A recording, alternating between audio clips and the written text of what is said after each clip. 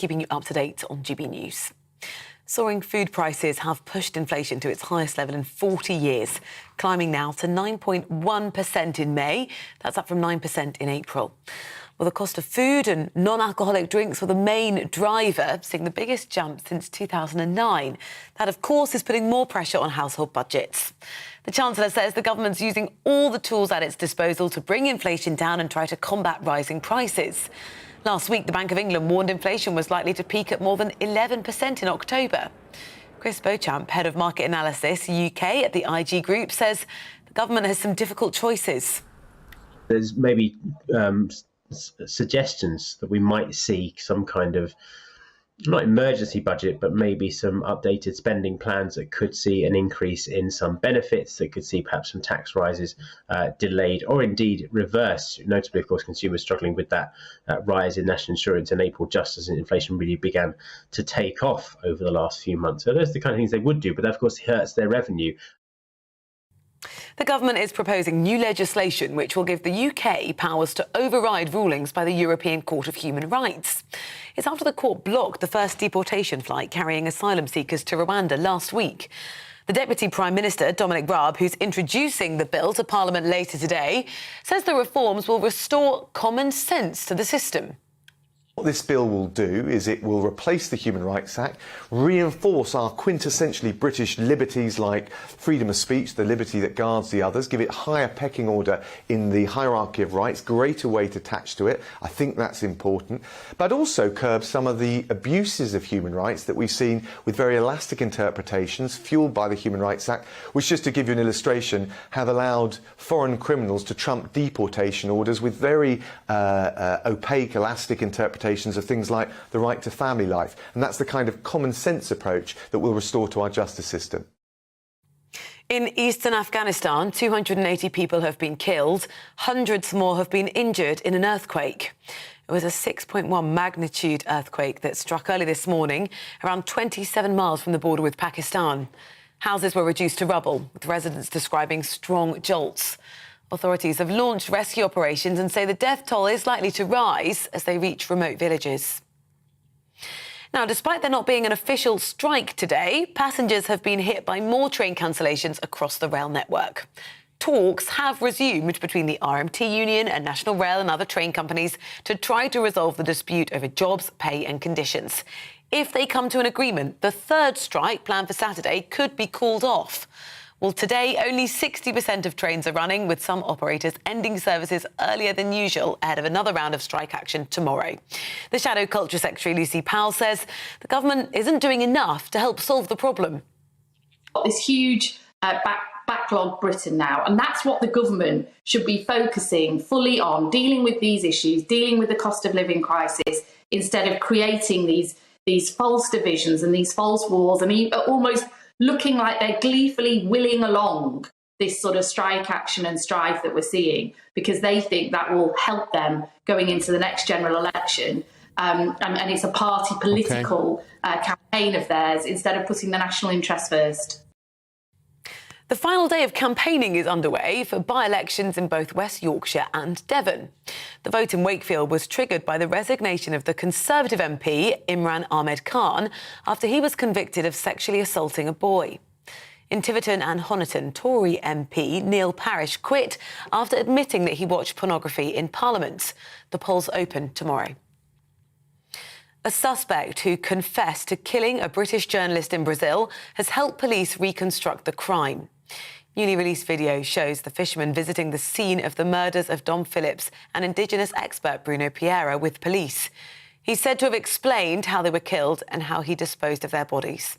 Phillips and Pereira were reported missing on the 5th of June after travelling together by boat through the Amazon. The Prince of Wales is going to spend the day in Rwanda meeting survivors and perpetrators of the 1994 genocide. A warning, the video we're about to show you contains flashing images.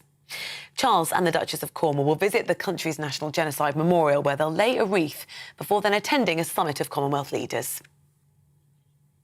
Glastonbury has officially opened after a 3-year hiatus because of the pandemic. Traffic, though, is building up around the site in Somerset as thousands of people going to the festival have opted to avoid train journeys and drive instead. Well, the event's celebrating its 50th anniversary with acts including Ukraine's Eurovision Song Contest winners, Kalish Orchestra. And on Saturday, Sir Paul McCartney will become the oldest ever solo artist to headline the festival, age 80.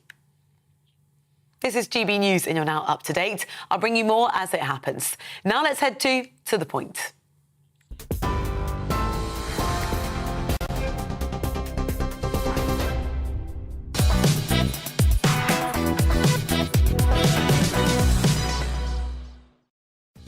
Good morning, this is To The Point on GB News with me, Mercy Moroki, and Bev Turner on your TV, radio and online. That's right, it is Wednesday, which means one thing. Our show is dedicated to the issues on your mind. As usual, you didn't disappoint when we asked. That's right, all week we've been asking you to get in touch and let us know what you want us to talk about today. And we've got some very interesting discussions lined up with some expert guests.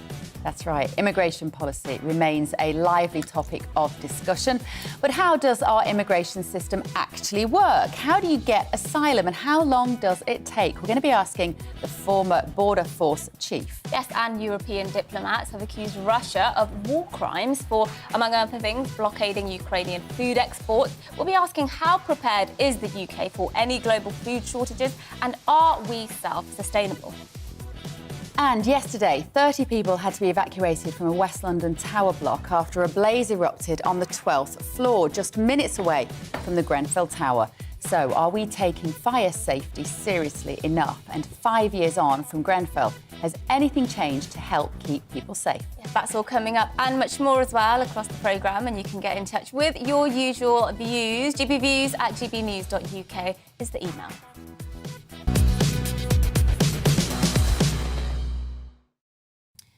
Now, immigration is a topic so many of our viewers and listeners care passionately about. You always get in touch, in fact, about your immigration concerns. But what actually happens inside the immigration system? Why does it seem as though government can't actually take any action? And why is it so complicated, the whole issue? And how do people actually claim asylum?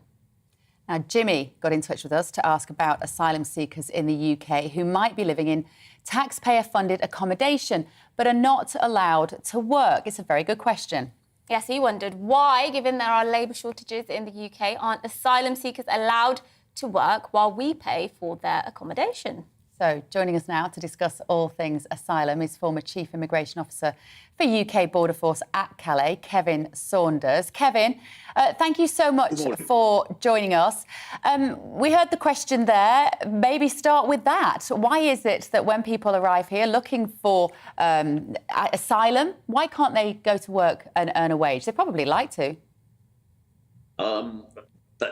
When they arrive, we've got to decide their asylum claim. We don't allow them to work because if we did allow them to work and they got a job, that may override the asylum claim if they were working in a job. Do you mean because we have a points-based system here? Is that what you mean? So that if they had a job, it would make them a more attractive applicant to have status to stay here. Do you mean in that regard? No, if they were an illegal migrant, and I assume that's what we're talking about at the moment, the illegal asylum seekers. If they came here and they had a job and they got a job, then it would be awfully difficult to remove them and get rid of them if their asylum claim failed.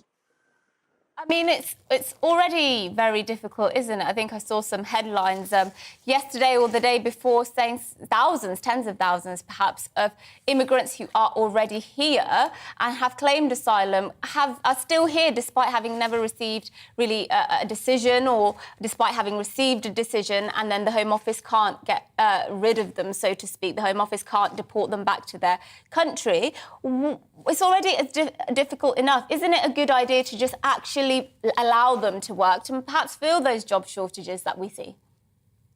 Well, to put into focus some of the things that you've just said, you're spot on. There are 100,000 asylum claims waiting to be processed in the Home Office, which is much, much too many, and people are waiting for far too long to have their asylum application processed. In an ideal world, then we wouldn't have this huge queue, and we could deal with asylum applications very quickly, so there wouldn't really be any question of them going to work at all.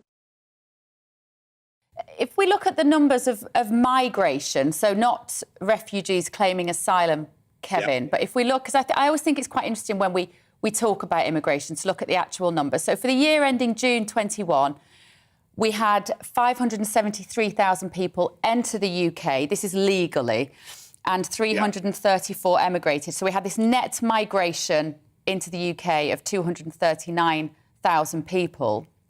And these numbers were always pretty consistent, weren't they, until about 1994. And then from that point onwards, the number of people entering the UK exceeded the number leaving by about 100,000 people a year. Do you think people living in the UK understand those figures? Or do they think we have more people coming into the UK? Possibly. You see, the trouble is that everything is focused now on illegal immigration. We don't very often talk about legal migration at all, which is unfortunate. So it is the illegal immigration that grabs all the headlines. Yeah. And what have you made of the government's plans on this so far? Of course, we saw the European Court of Human Rights sort of put in a temporary block on that deportation pending that appeal or judicial review, rather, of deporting asylum seekers to Rwanda. We have Dominic Raab now saying he's going to present a Bill of Rights to Parliament to try and make it easier for the government to deport asylum seekers. Do you think that kind of thing will work, or actually do we just need tougher measures? No, I think this will work. The big problem that we had last week was that the English courts, all the way up to the Supreme Court, basically said the Home Secretary was allowed to do what she wanted to do, which was to remove these people to Rwanda. And it had all been through our legal system, and it was fine. And we were all sitting here waiting for the plane to take off, etc. Then all of a sudden, at the last minute, the European Court got involved and issued this Rule 39 order, which effectively stopped the flights going. And we can't have that, because the English courts have got to be supreme in our own country. So I do welcome this move by Dominic Raab to actually change the legislation. I mean, we're not going to leave the Human Rights Convention. We're just going to look at it in a slightly different way. OK, Kevin, just to return then to Jimmy's original question, which was, what is the process? Help us just understand the steps of that. When somebody gets off one of those boats, what happens then? Right, well, they get off the boat at Dover.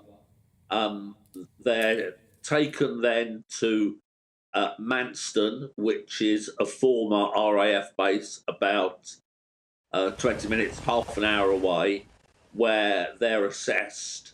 And then after that, they're dispersed somewhere in the UK to live. These 35,000 hotel rooms, and also places like Napier Barracks, Linton on Ouse, etc., to be accommodated. And then from there, then the asylum process starts, unless they are deemed to have been entered illegally and can be removed to Rwanda. And when they are sort of being processed, do they, I mean, I'm assuming they sort of just live in these hotels and other accommodation, they're receiving some money from the Home Office, from the government, and pretty much just sitting and waiting. Is that all they're doing, really? Or is there not a way we can find for these people to sort of be more useful to society and for our economy whilst they are waiting? Well, you're right. They are just sitting, basically waiting. They will have their asylum claim if they're deemed eligible to claim asylum. They will be tied up with lawyers and what have you, and caseworkers trying to get their asylum claim sorted out, and that is a fairly lengthy process. They have to produce evidence of why they think they fit into the UK asylum system, or now why they shouldn't be removed to Rwanda. Kevin Saunders, thank you for joining us and answering our viewer and listener's question there, former Chief Immigration Officer for the UK Border Force at Calais. I think it does seem quite a waste, doesn't it? If we've got these tens of thousands, perhaps even over 100,000 people, basically just doing nothing. There's no real prospect of them getting deported back to their country. I mean, we do need manpower, don't we, in this country? It's not even just about so much that they're a waste. For their own sense of purpose. And nobody wants to just sit around all day. The devil makes work for idle hands, you know, as some people might say. And keep people want to be busy. I'm sure that they don't want to just sit around playing on a phone all day. And surely they become more vulnerable to exploitation, you know, people wanting them to work illegally and things like that. Surely they'd be more vulnerable to that if they're just sitting around doing nothing. But let us know what you think. GBViews at gbnews.uk. Do you think that actually maybe it's time to look at giving us people who are waiting for their asylum claims to be processed, perhaps the right to work? Let us know what you think. But staying with this subject a little longer, we mentioned there, of course, the Bill of Rights that Dominic Raab, the Deputy Prime Minister, wants to introduce. This is, of course, off the back of the European Court of Human Rights blocking sending asylum seekers to Rwanda. Well, the plan being introduced to Parliament today, this Bill of Rights, would allow ministers to ignore the court's injunctions, and it's part of changes to the Human Rights Act, and it introduces what ministers say will be tougher legal tests. Well, our political correspondent Tom Harwood asked the Deputy Prime Minister a bit earlier on about the timings of this bill. This bill will do is it will replace the Human Rights Act, reinforce our quintessentially British liberties like freedom of speech, the liberty that guards the others, give it higher pecking order in the hierarchy of rights, greater weight attached to it. I think that's important.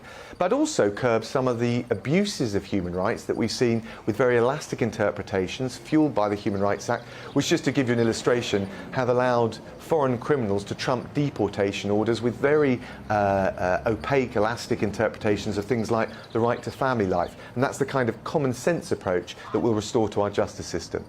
Now, you first proposed a British Bill of Rights all the way back in 2009, well over a decade ago. The Conservatives have been in power in one form or another now for 12 years. Why has it taken this long? Well, I wrote a book about it in 2009. You're right, it was a manifesto commitment in the 2010 election. And when I was Justice Minister in 2015, we prepared a consultation on it, but it was interrupted by Brexit.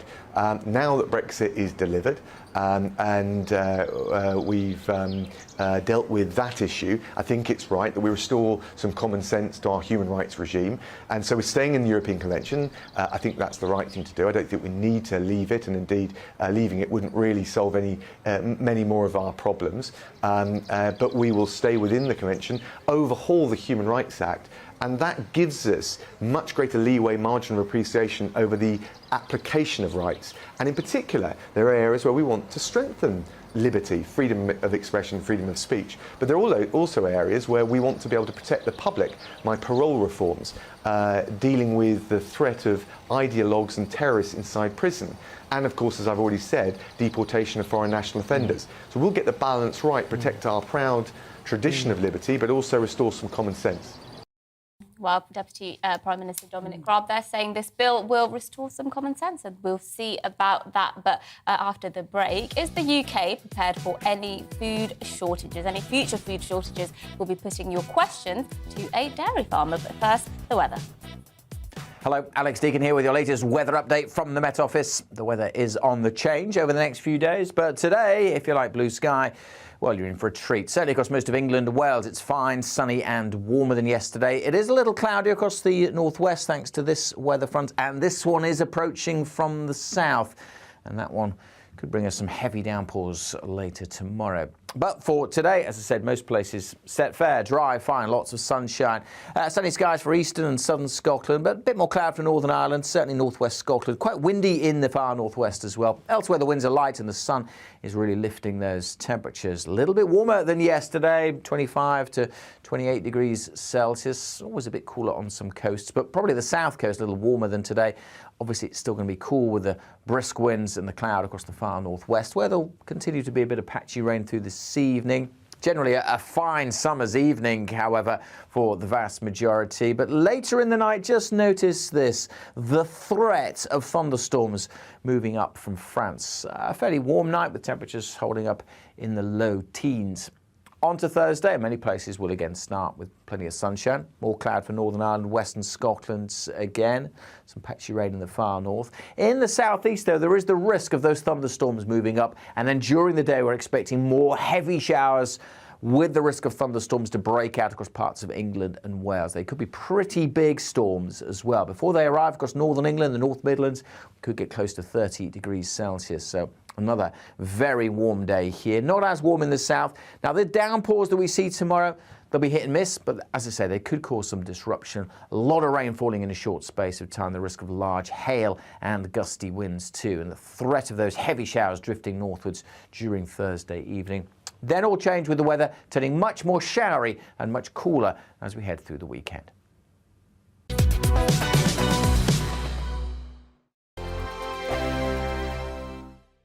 We are GB News. We're right across this great nation. On TV, on radio, on digital. Absolutely everywhere. We don't talk down to you. We embrace all voices. With honest and civilised conversation. We're not part of the establishment. We're one of you. And we're only getting started. Join us on GB News, the People's Channel. Britain's news channel. Every morning from 6 o'clock, we'll wake you up with GB News Breakfast with all the stories you didn't know from the night before. So whether it's serious news, entertainment, or your own views from all over our great nation, we're here to kick off your day with a smile. And the national media should be reflecting and reporting what's happening here. You will notice the northwestern accents. Whether you're with us on TV, radio, or online, every morning, it's breakfast from 6 a.m. Hope you can join us. Join us for Ministry of Offence, the comedy panel show that's just like the news, in that the left fights the right and it doesn't really seem to matter who wins. We cover the big stories. It was in fact a troop of baboons and not angry vegans. I like that. And the really important stories. Fat naked cow gets stuck in swimming pool. It's a headline in a lot of local newspapers. Yeah. We're on the same team, Nick. Yeah, but I'm just helping you. Join us for Ministry of Offence, Saturday nights, 8 o'clock on GB News. I'm Dan Wootton. Join me Monday to Thursday from 9 to 11 for the feistiest and most fun news debate on TV, where free speech reigns. I'll bring you a sharp take on the day's biggest stories, bombshell newsmaker interviews, and A-list guests. And I guarantee you, no spin, no bias, no censorship, and no reason to go to bed. That's Dan Wootton Tonight, Monday to Thursdays from 9 on GB News.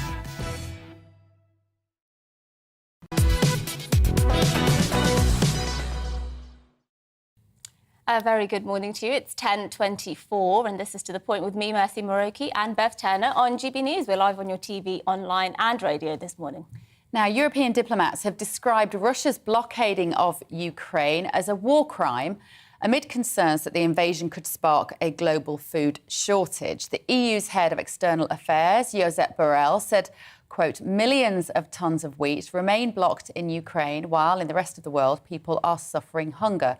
This is a real war crime. That's why many of you are worried about this and how it might impact us here at home in the UK.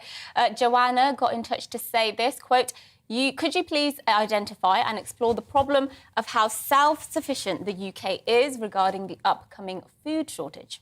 So joining us now to help answer this question, which I think has been on a lot of our minds actually, is a 9th-generation dairy farmer and journalist, Bruce Jobson. Bruce, thank you ever so much for joining us this morning. I think it is playing on a lot of people's minds at the moment. We're feeling this sense of food insecurity. We know that prices are going up and ultimately if travel abroad and getting resources into this country becomes more and more difficult, how well would the UK do in terms of feeding ourselves?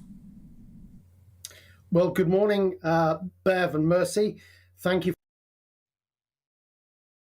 We seem to have lost Bruce. There must be the Russians, eh? But yeah, we'll try and get Bruce back. But, you know, what do you make of this? Because we've been speaking about this for a long time, haven't we, about food security. Just because it's, you know, even under normal times, under normal circumstances, a country surely does have to have that food security. And I think this issue, Russia and invasion of Ukraine and Brexit, has almost refreshed that urgency, hasn't it? That's right. One of the things I didn't realise was actually how much wheat we got from the bread basket of the world with Russia and Ukraine. We've got Bruce back. Hello, Bruce. Are you there? Yes, I'm back. Thank you. Good morning. And thank you, Bev and Mercy, for having me on your programme. Yes, well, correct. I have to say, congratulations to GB News for carrying through with this concept of food production. Now, I will say, I've been out on farm with your Northeast reporter, Rachel Sweeney, since December. We've been meeting farmers and we've been talking about this, not just on camera, but off camera. And what happened, in actual fact, we're not prepared, and I'll come into the statistics, but this current situation regarding Ukraine, in actual fact, the war started on the 2nd of February. Forget it was February the 24th or whatever. And the reason I say that is because that was the date that Russia banned fertilizer and potash exports to the world, effectively. Now, that was the red light. Invasion was going to happen. Russia didn't do just this out of, you know, a goodwill gesture, but that is what happened. And when they invaded, they knew the consequences of what would happen. Now, 3 days after, I appeared on Alistair's programme with Dominic Frisby. And he asked me, what is going to happen? And I said, it's going to be catastrophic, meaning in a global content. Now, Egypt is the world's largest, for example, wheat importer. And all those countries such as Egypt, Syria, Libya, down towards the eastern side, they all rely on grain and they all rely on it from, effectively from Ukraine, the world's breadbasket. Now, what is going to happen, and I hate to say it, is that this could spread and have serious consequences for famine in these regions, very volatile regions. And, you know, this is a consequence of what really happened. And I predicted the ports would be blockaded. Everything would not be able to get out of Ukraine. And nobody really listened apart from GB News. And congratulations for allowing me to express these opinions. Thank you very much. We'll take that congratulations. So that's the bad news, Bruce, and that's what we're all worried about. So how will we do in this country? Do we grow enough of our own wheat to sustain what we need for our breads and our cereals and whatever else we make in this country? Well, the UK produces roughly 80% of wheat, what we have. And, you know, we're fine. But look at the big picture, Bev, right? Now, I've been writing about this for 2 decades. Particularly related to UK food production. And what has happened for generations, years, what has happened is there has not been a UK food farming policy. When we joined the EU in '73, we kind of moved over to the EU. And whatever people may say about the EU, you know, they did an awful lot of good in maintaining food production. I'm going to take you a little history lesson back. Why did this happen? Well, I'll tell you why. It was because when we go back in time during the Second World War, we couldn't feed ourselves. And when that happened, we were down to 35% of our food being produced in this country. We were a global economy. We imported stuff from the empire and the Commonwealth. Now, after the war, why did we have a cheap food policy? Well, I'll tell you why. The reason is because for 9 years we were still under restrictions. We still had impositions of rationing until 1954, June 54. And the idea was, if we keep a cheap food policy, this will boost the economy by providing people with more disposable income to buy, for example, cars, vacuum cleaners, etc., and make the economy tick. So that's what happened. We've had that. Sorry, girls. Sorry, Bruce, and I could listen to you all day, and I do really want the history lesson, but I want to know if we're going to be able to eat if it all dries up. And what should we do? Should we be shopping locally? Should we be avoiding the big supermarkets, finding our local greengrocers, our local butchers? What can we do to help Great Britain? Well, you're right with all those things, Bev. And the point I was coming to is that the supermarkets now effectively import food production. We're down to about 55%. We've come from 80% in the last 20 to 30 years down to 55%. Now, yes, we can grow local, you can do all that, you can do it, but the supermarkets now, 24 hours, you can import 100,000 lettuces and tomatoes in from say, Spain and other countries. So we've become reliant upon that, and we've got rid of so much of what we actually need. It doesn't matter which argument you take, the supermarkets have to bear some of the responsibility because they've just quickly imported. It's cheaper to import. Now you can buy local, and that's great, and a lot of farmers do a great job in supplying local food stalls, etc. But the consequences is, and this is very important, Mercy and Bev, is that if we're down to 55%, now I'll give you Northern Ireland. Your correspondent Dougie Beattie said last week that Northern Ireland produces 20% of UK food. Now, if that's the case, we're down to 35% self-sufficiency. What we need to have is a food production policy. What we've had is an environmental policy. Yeah, we've had an that makes sense. Yeah, well, Bruce, look, you've been great. Thank you for joining us, Bruce, there, a dairy farmer and journalist, talking you through how we can get more food security. I think he's right, you know, and you're right as well. People would love to buy local. People would love to support their local farmers and support agriculture here, but cost of living crisis, you'll go for the cheapest thing, really, won't you, when you're shopping for a family? So that's often the problem. But there you go. OK, quick break now, and we're going to be, after the break, we're going to be discussing fire safety after a tower block in London near Grenfell caught fire yesterday, just around the corner from here, actually. Have we not learnt our lesson after that disaster 5 years ago? We're going to be speaking to a former firefighter. But before that, a look at this morning's news.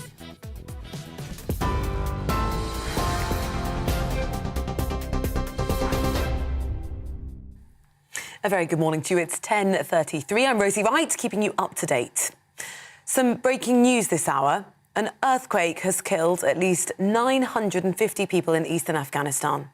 The 6.1 magnitude quake struck early this morning around 27 miles from the border with Pakistan. More than 600 people have been injured.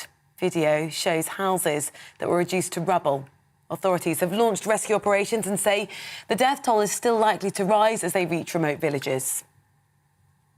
Here in the UK, rising food prices have pushed inflation to its highest level in 40 years, climbing to 9.1% in May, up from 9% in April. The cost of food and non-alcoholic goods were the main driver, seeing the biggest jump since 2009. That's putting more pressure on household budgets.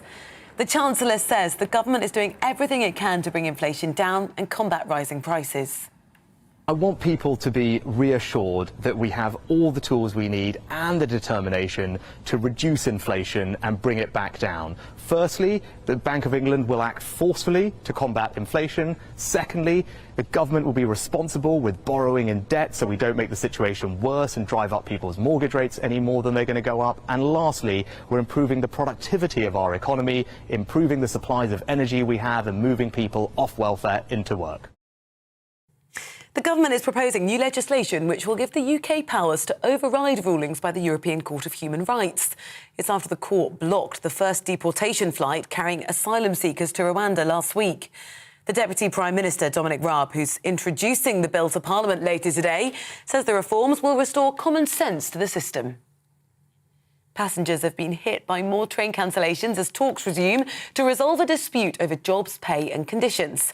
Only 60% of trains are running today, with some operators ending services earlier than usual ahead of another round of strike action tomorrow. A third walkout will be staged on Saturday. TV, online and DAB+ radio, this is GB News.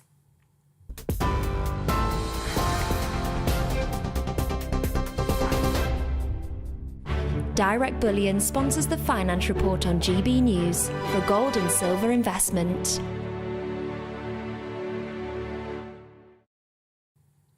Here's a quick snapshot of today's markets. The pound is 1.223 to the dollar and 1.163 to the euro. The price of gold currently stands at £1,492 and 97 pence per ounce. Direct Bullion sponsors the Finance Report on GB News, investments that matter. We are GB News. We're right across this great nation. On TV, On radio, on digital. Absolutely everywhere. We don't talk down to you. We embrace all voices. with honest and civilised conversation. We're not part of the establishment. We're one of you. And we're only getting started. Join us on GB News, The People's Channel. Britain's news channel. Every morning from 6 o'clock, we'll wake you up with GB News Breakfast with all the stories you didn't know from the night before. So whether it's serious news, entertainment, or your own views from all over our great nation, we're here to kick off your day with a smile. The national media should be reflecting and reporting what's happening here. You will notice the northwestern accents. Whether you're with us on TV, radio, or online, every morning, it's breakfast from 6 a.m. Hope you can join us. Join us for Ministry of Defence, the comedy panel show that's just like the news, in that the left fights the right and it doesn't really seem to matter who wins. We cover the big stories. It was in fact a troop of baboons and not angry vegans. I like that. And the really important stories. Fat naked cow gets stuck in swimming pool. It's a headline in a lot of local newspapers. Yeah. We're on the same team, Nick. Yeah, but I'm just helping you. Join us for Ministry of Defence, Saturday nights, 8 o'clock on GB News. I'm Dan Wootton. Join me Monday to Thursday from 9 to 11 for the feistiest and most fun news debate on TV, where free speech reigns. I'll bring you a sharp take on the day's biggest stories, bombshell newsmaker interviews, and A-list guests. And I guarantee you, no spin, no bias, no censorship, and no reason to go to bed. That's Dan Wootton tonight, Monday to Thursdays from 9 on GB News.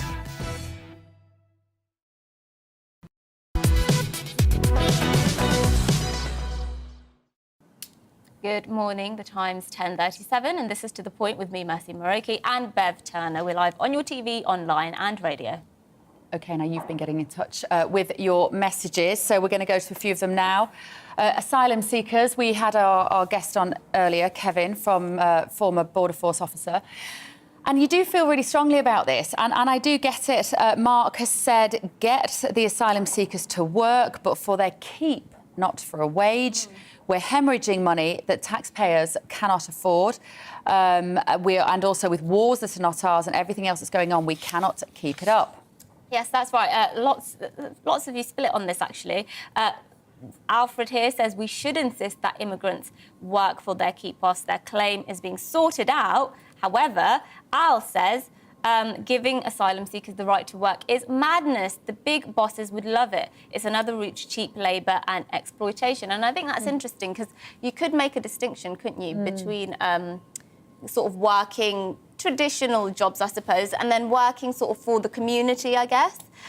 You could ask them, for example, so I think somebody suggested doing graffiti work and things like that are sort of more community-oriented work rather than working for a wage.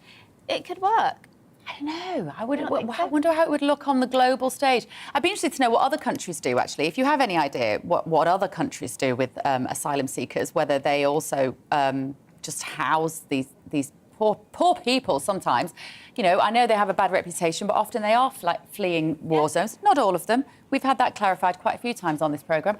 But actually, I don't think anybody wants to, like I say, just sit around and have no sort of purpose. So there's got to be a way. isn't it? Well, get in touch with your suggestions of what you think asylum seekers should or could do instead of just being forced to sort of sit around waiting for their asylum applications to be processed. But now let's move on to something more close to home. That's right. Yesterday, a fire broke out in the 12th floor of a tower block in West London, moments away from Grenfell Tower. Yes, one person has been hospitalised and 2 more were assessed at the scene. The location of the fire and it being so soon after the 5-year anniversary of the Grenfell disaster brought back horrible memories for many in the area. Yes, so many of you, our viewers and listeners, got in touch to ask what has actually changed since Grenfell. Have the lessons actually been learnt at all? So joining us to discuss this in more detail are Lucy Massoud, a former firefighter and barrister at the Staple Inn Chambers, and Paul Afshar from End Our Cladding Scandal. Thank you both very much for joining us. Lucy, if I can come to you, what has changed in 5 years? To be blunt, very little. We know that since Grenfell, the largest loss of life to a fire since the Second World War, 72 people, men, women and children, burned to death in their beds. And since then, we still have 53 buildings in this country that are covered in the same flammable illegal cladding that was wrapped round Grenfell Tower. So very little has changed. We still have residents in this country that are living in death traps, and this government doesn't seem to want to do too much about it. We have an inquiry ongoing into the cause of Grenfell. That has been going on for a number of years now. I don't have much hope that the residents and the community around Grenfell will get the answers to what they want as to why that fire happened and to make sure it doesn't happen again. In regards to fire safety, we know leading up to the fire at Grenfell, we had seen 10 fire stations in London closed down, 29 fire engines in London removed from the front line, and over 1,000 firefighter job losses in London. Again, leading up to the fire in Grenfell, the fire cover for Kensington, which is where Grenfell is based, as you know, was actually reduced by 50%. Now, since then, we haven't seen an increase in firefighters. We haven't seen an increase in fire engines or fire stations opening. In fact, we're seeing more pressure on emergency services. So, again, in answer to your question, very little has changed. Cladding Scandal, which is an organisation basically campaigning for people who still have this cladding to find some safety, basically. We mentioned there the staggering numbers who still live in unsafe homes. Why is it the case that nothing has been done? These people are living in a potential fire hazard day in, day out, aren't they? You're absolutely right. And it's not just the 50 to 100 blocks is what we estimate around the UK that are still wrapped in dangerous and illegal Grenfell cladding. It's the thousands of blocks that still have cladding as well, much like my own, unfortunately. Your question was, why has progress been so slow? It really beggars belief. In all honesty, and I wish I knew the answer. About a year ago, the government committed to taking on pretty much all recommendations of the Grenfell inquiry, as it's still going on. But actually, in terms of implementing them, they've done very little. You know, you've got the fire brigade who have implemented their recommendations, the police, etc. The government have barely implemented any of the recommendations, including critically two. One is around the stay put notice. So this is when there's a fire, folk are told to stay put rather than necessarily evacuated. But more importantly, two, around evacuating disabled people and people with accessibility issues. So you've kind of got to ask the question, it's not only why hasn't the government not done enough, it's why is the government now refusing to implement very sensible recommendations from the Grenfell inquiry 5 years on from this tragedy? It's just beggars belief. We're going to be talking to a very interesting guest in a moment about the concept of restorative justice and how, when you've been wronged, you can move forward and work, find some sort of closure and acceptance to what happened to you. Lucy, how hard is it for the people who were in Grenfell to know that nothing has changed? And would it make their lives better to think that at least some good had come out of the tragedy? Of course, I wasn't a resident in Grenfell Tower, so I wouldn't dare to try and talk for them. But just having conversations with the people who I have met who live in the community, and some of them who did actually live in the tower. I was actually at the 5-year anniversary last week. And there's anger. There's rightful anger in this community. Since the fire, every month there's been a silent walk, and it would take place on the 14th of each month, which was the day that the fire took place. In recent times, that's moved to once every 6 months. It's always been a silent walk just to really sort of commemorate and remember those 72 people who died. But I think if this inquiry ends and this community doesn't get answers, and I don't think that they will, to be honest, I think people will feel that they've come away without justice. I mean, we know 5 years on, the only person so far who's been made accountable and who's lost their job as a result of what happened at Grenfell has been a firefighter, and that was Danny Cotton. It's not been the people who actually put the cladding on that building. Not a problem. Can you hear me now? I think cool. If the community does not get answered, it's going to very quickly turn into anger. And this community are going to start to really sorry, mate. kind of speak out and demand answers, because they just haven't got them up until now. Yeah, and Paul, what do you say to people who today might be living in one of those blocks with that, as you call it, Grenfell cladding, who are seeing this in action on the part of the government? Is there any sense of hope for the near future? Well, you can't but have hope, to be honest, because what we have from the government at the moment is a recognition that it is not the fault of people like me, people like the survivors of Grenfell who are still living in these buildings, that they have dangerous and flammable cladding. So we've had at least that commitment from government and a commitment to funding the removal of that cladding. The challenge, of course, is the speed at which that is happening. If I was someone living in one of those high-rises, well, first of all, I'd try and sell it, because I would not want to live in a dangerous apartment at all, and that's a real anxiety, a real mental health toll that a lot of these folk have. But secondly, I'm afraid it's about standing up. The campaign that we've got is basically a bunch of affected leaseholders up and down the country who said, no, we've had enough. We're not going to take this sitting down. We're going to get in contact with our local politicians. We're going to really pressure the government to actually do the things that they said they would do on this. So I would urge anyone living in one of these tower blocks, write to your local MP, get involved with your local campaign if you can, and actually stand up, because we're here with you, and it's only by standing up that you'll get political will to actually make the change. All right. Thank you ever so much. Paul Ashfar there from End Our Cladding Scandal, and Lucy Massoud, former firefighter and barrister at Staple Inn Chambers. Thank you both. And apologies for our sound gremlin that I think we had in the middle of that. Sometimes these things happen. Yes, it does. Now, moving on to something else. Bev mentioned there, we're speaking to somebody on restorative justice, and that's because former South African Olympic athlete Oscar Pistorius, who shot and killed his former girlfriend Reeva Steenkamp 9 years ago, is set to meet with her father through the restorative justice programme. But is it easy to forgive and forget? So I'm very happy to say we're going to be joined in the studio now by Paul Kola, who in 2014 was savagely attacked in his own home by 4 men. He has since met up with one of the attackers as part of a charity-led restorative justice project. Hello, Paul. It's so nice to meet you. I remember your story very, very well, and that is partly because of the very shocking images that you released, and we are going to show them, and we just want to warn our viewers, if you are of a delicate disposition, you may find this quite distressing. You went in the media shortly after your attack. Why? What was the purpose of making your situation so public, Paul? Well, initially it was to catch 2 of the culprits. 2 were arrested on the night, 2 got away. So the initial publicity was all about finding the other 2 culprits. OK, and did you find the culprits? Yes, I did. Remind us what happened with your story. I was at home with my wife. There was a knock at the door. 4 men rushed through the door and started beating me, shouting, "Where's the money?" My wife was on the 1st floor. They ran up there, put a hood on their head, and unbeknownst to them, one of my daughters was at the top floor with her boyfriend. She rang the police, and the police came round within 8 minutes, arrested 2 of them, and 2 of them got away.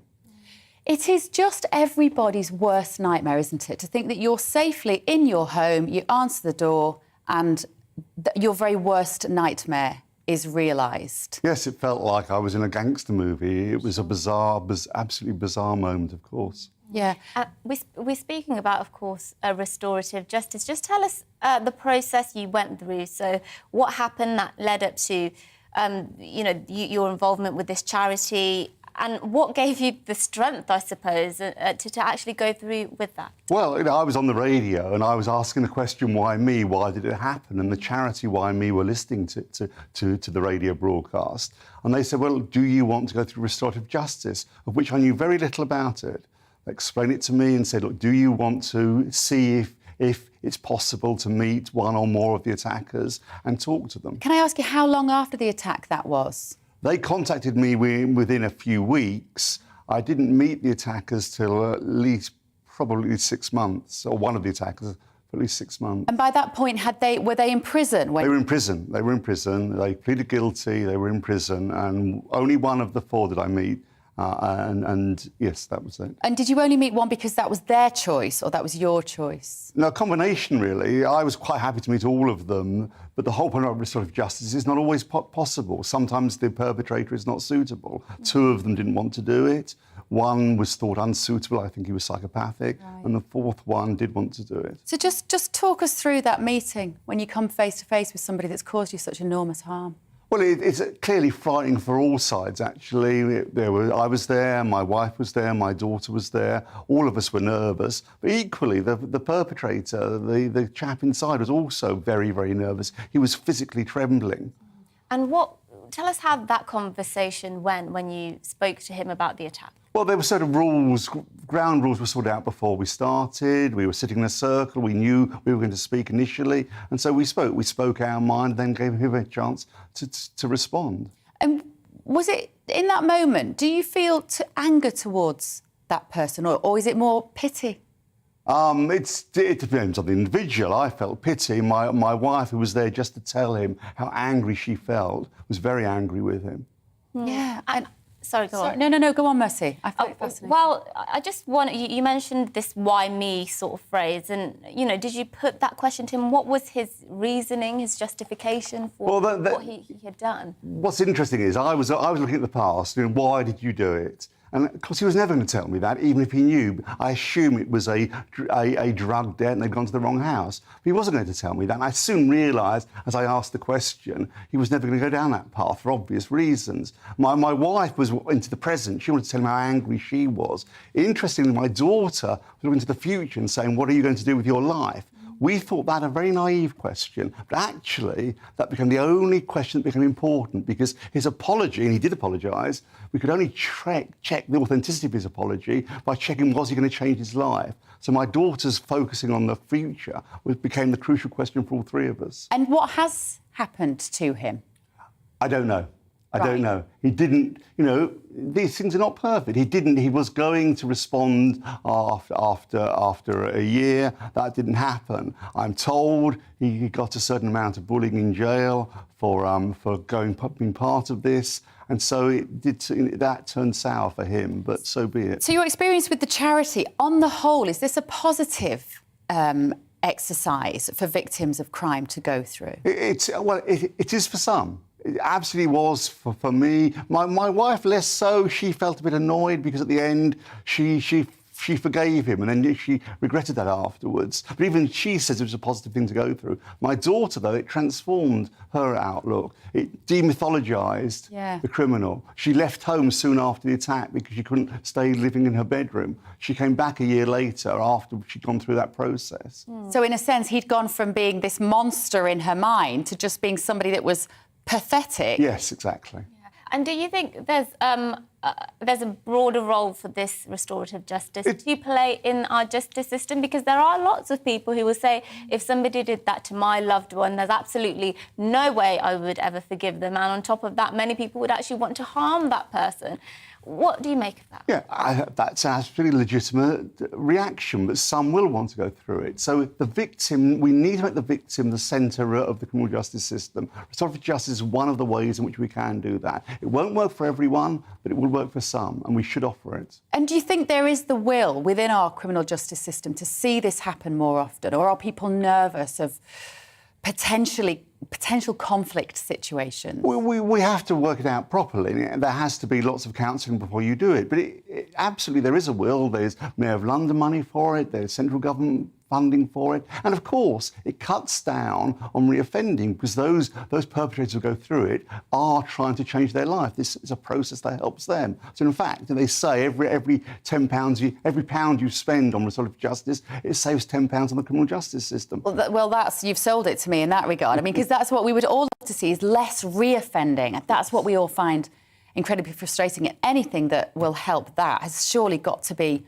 a positive Exactly. It's an absolute no-brainer, and we need to put more resources into it.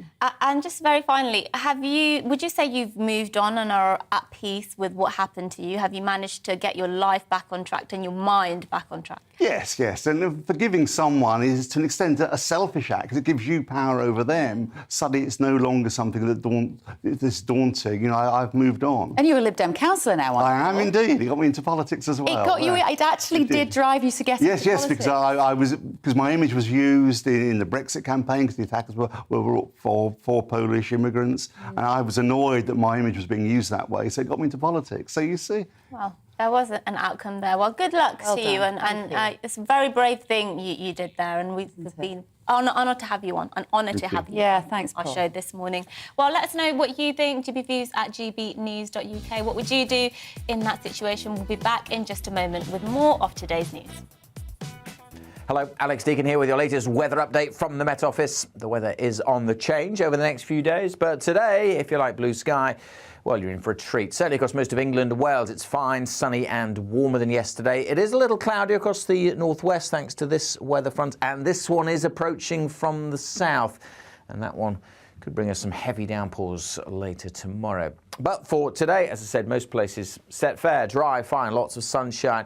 Sunny skies for eastern and southern Scotland, but a bit more cloud for Northern Ireland, certainly northwest Scotland. Quite windy in the far northwest as well. Elsewhere, the winds are light and the sun is really lifting those temperatures. A little bit warmer than yesterday, 25 to 28 degrees Celsius. Always a bit cooler on some coasts, but probably the south coast a little warmer than today.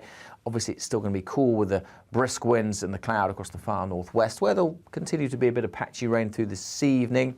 Generally a fine summer's evening, however, for the vast majority. But later in the night, just notice this, the threat of thunderstorms moving up from France. A fairly warm night with temperatures holding up in the low teens. On to Thursday, many places will again start with plenty of sunshine. More cloud for Northern Ireland, Western Scotland again. Some patchy rain in the far north. In the southeast, though, there is the risk of those thunderstorms moving up. And then during the day, we're expecting more heavy showers with the risk of thunderstorms to break out across parts of England and Wales. They could be pretty big storms as well. Before they arrive across northern England, the North Midlands could get close to 30 degrees Celsius. So another very warm day here. Not as warm in the south. Now, the downpours that we see tomorrow, they'll be hit and miss, but as I say, they could cause some disruption. A lot of rain falling in a short space of time, the risk of large hail and gusty winds too, and the threat of those heavy showers drifting northwards during Thursday evening. Then all change with the weather turning much more showery and much cooler as we head through the weekend.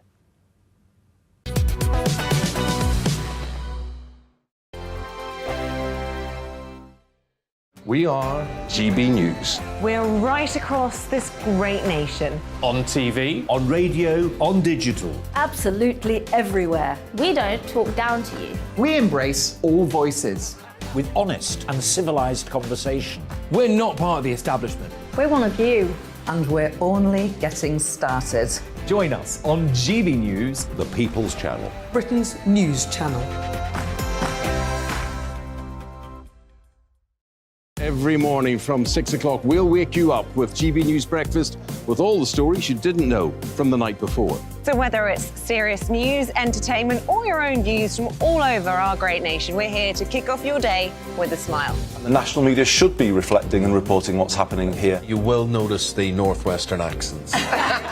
Whether you're with us on TV, radio, or online, every morning, it's breakfast from 6 a.m. Hope you can join us.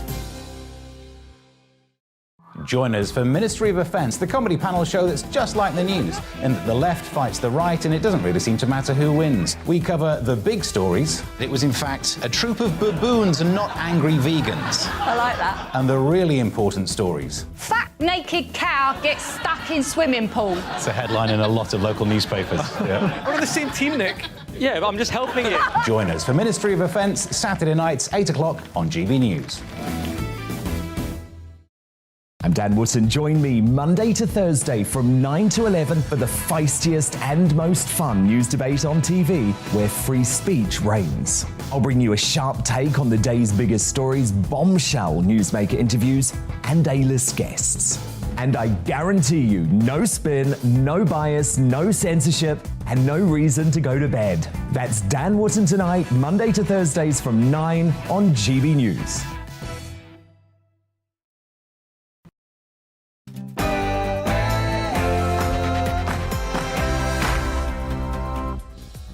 Good morning, this is To The Point on GB News with me, Mercy Moroki, and Bev Turner on your TV, radio and online. We're with you until midday with a show jam-packed with all of the day's biggest stories, lots of discussion, expert guests and our opinions as well as yours. Yes, and the show is actually dedicated to you today. It's Wednesday, so we tackle topics that you sent in to us to speak about. In this hour, we're talking about net zero and how the train strikes will put people off going green. The standards of British life has also got you talking, with some saying the country isn't like it was 20 or 30 years ago. I wouldn't remember, of course. And we're going to be looking ahead to the 2 by-elections taking place later this week. And as always, email us your thoughts on gbviews@gbnews.uk. You can get in touch on Twitter @gbnews. But first, it is time for the latest news.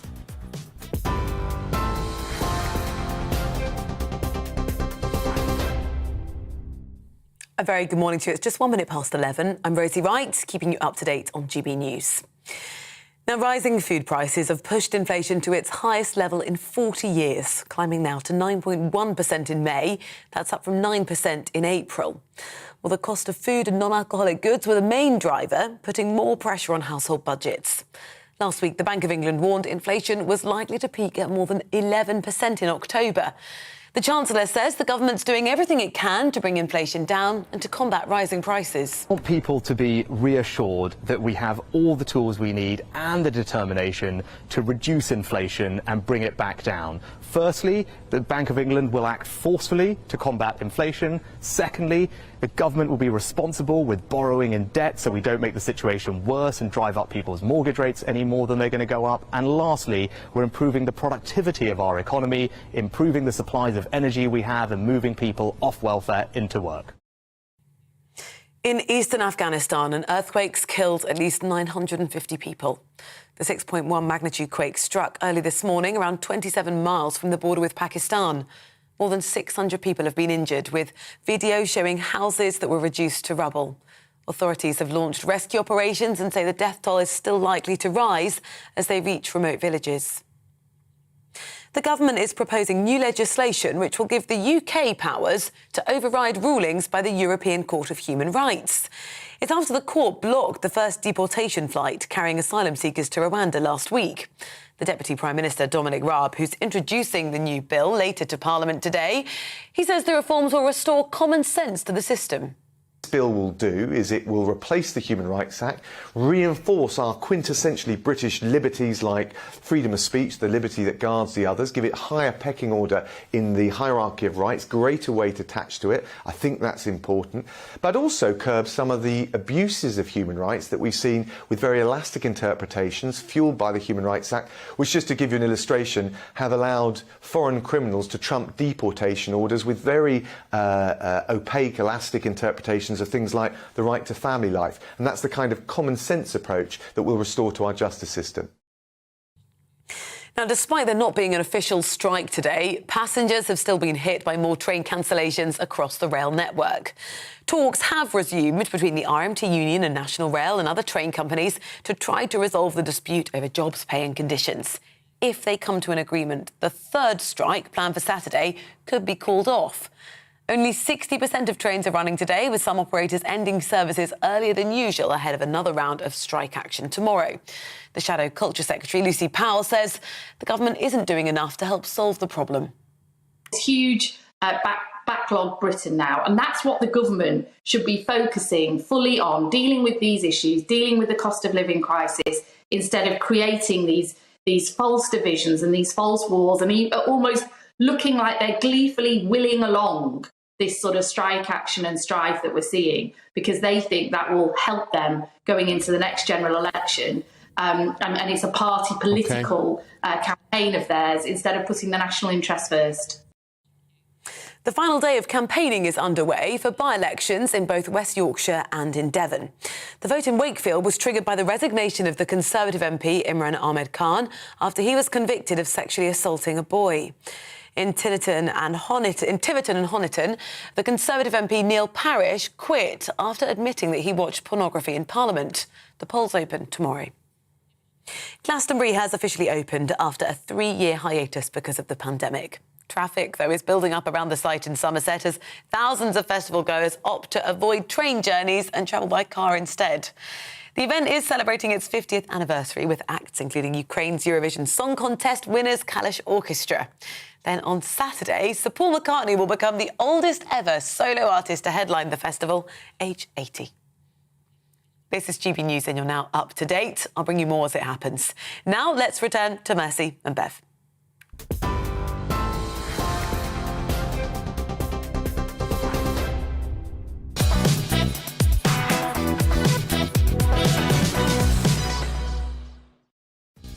Good morning, it's 11:05 and this is To The Point on GB News with me, Mercy Moroki, and Bev Turner on your TV, radio and online. And we've got another hour lined up for you, our final hour. It's your show today, full of your suggestions, so here's what's on the menu.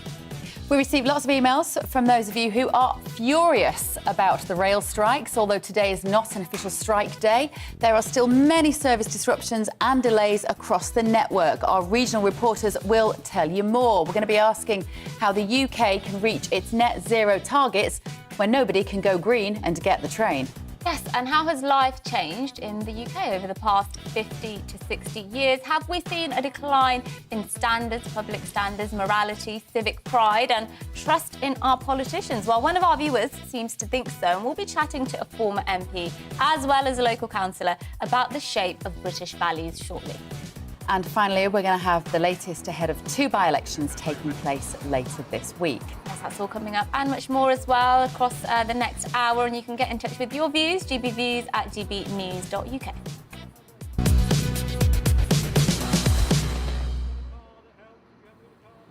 So I'm sure you are all familiar that yesterday saw a major strike by rail staff all over the country as thousands of workers walked off the job over pay disputes. Some of you sympathised, others were apathetic, and some of you were outraged. Here's one email. Yes, we got from GB viewer and listener Jackie. She writes, how on earth are we going to be encouraged to use public transport more in the name of net zero when this is how they behave? It's laughable. Plus, rail staff earn more than most people. So who has any sympathy? She says these unions are destroying our lives and the country. So today, despite not being an official strike day, there are still a lot of disruptions to rail services. And here to explain more, we're joined by Ellie Costello at Paddington Station and Ed Crawford in Cambridge. Good morning, Ellie. What have the crowds and the queues been like down there? Good morning to you both. Yes, it's not an official strike day today, but it is a game of catch-up here in Paddington. The overnight signallers didn't work last night, which means that this morning lots of the trains were in the wrong place. So this morning there were huge crowds here at Paddington Station waiting to board those first trains. But it does look so far, here at least, as though it's so far so good. It is a reduced timetable. It's more like a Sunday service that's running today. today, but they do seem to be running to time. Another thing that's going on just behind me, I've just missed this huge queue here of Glastonbury Festival goers. They've been queuing down this platform, hundreds of them with their backpacks and their tents. There is a special Glastonbury service which is leaving from Paddington once an hour today, getting those festival goers down to Somerset. They're hugely grateful to have that service because there has been a lot of panic about how they're going to get down there due to the industrial action this week. The tubes here have been mental as well. They didn't open until after 8 o'clock this morning.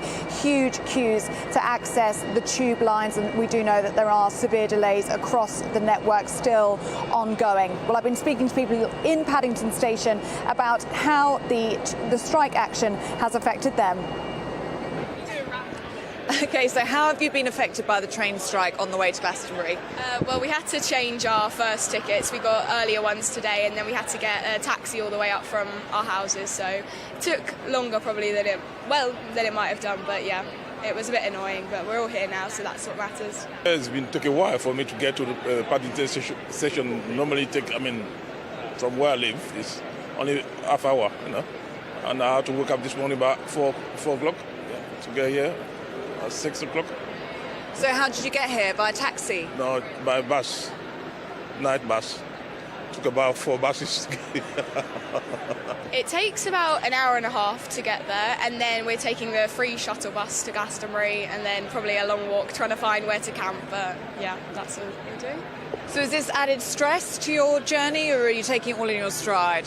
I think at the beginning it added stress trying to figure out what we were going to do, but now that it's all sorted, I feel like it's okay now. Probably on the way back it will add a bit more stress too, but we're not thinking about that yet.